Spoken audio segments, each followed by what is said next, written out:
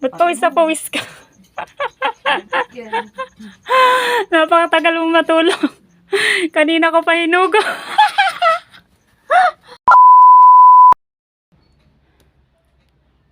Guys, may ipaprank uli ako.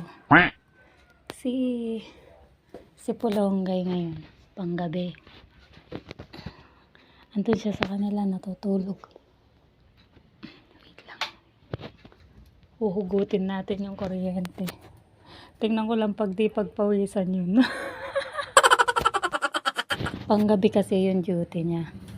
Ngayon, kauuwi niya lang kanina alas 6. Kaya naisip ko, mamumuisit muna ako. Naiinip kasi ako dito sa bahay. Sarado. Pati kortina.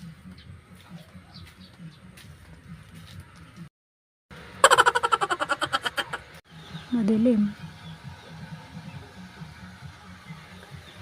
Electric pan. Guys, ito yung wire nila. Ito.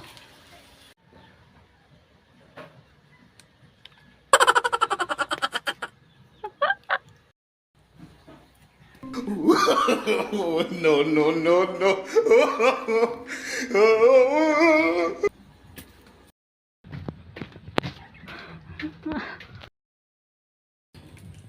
Hintayin natin gumising. Maya-maya gising yun. Paglabas, pawis na pawis. Guys, tingnan nyo yung mukha ko. Haggard na. Pero hanggang ngayon, hindi pa rin gising si Pulonggay. Pawis na yun. 2 hours na siguro yung nakalipas. Tingnan nyo.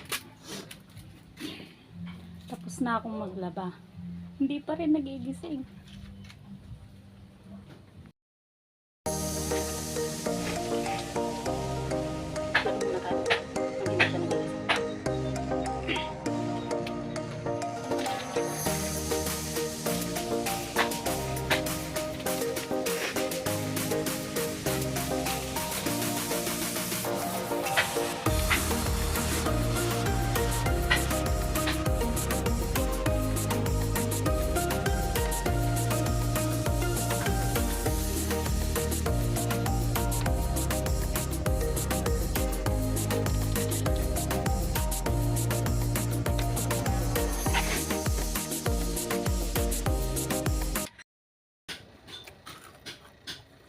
Inip na ako.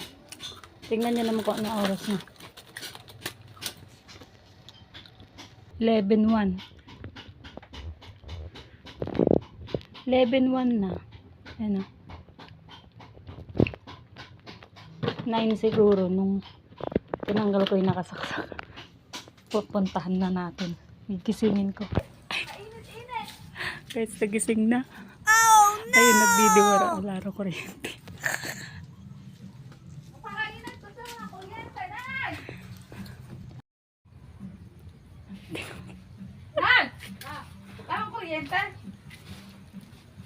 Pakainit. Anak. Mainit ba? Saan kami kuryente? Saan? Mainit ba? Ay, may ilaw sa inyo ah. Dami mainit. Siguro saksak.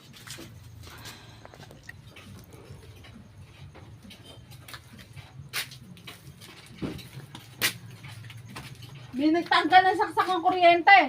Mainit ba? Mainit. Mainit? Umuwi. Bakit ba nagdidiwara ka? Ha? Siguro ikaw nagtanggal ng kuryente namin, ano? Di ako ano? Bakit? Ba't binibidyo mo ako? Ba't pawis na pawis ka? Napakatagal mong matulog. Kanina ko pa hinugo. Amin, magko-content kami ng alas 9. Ano oras na? Alas 11 na.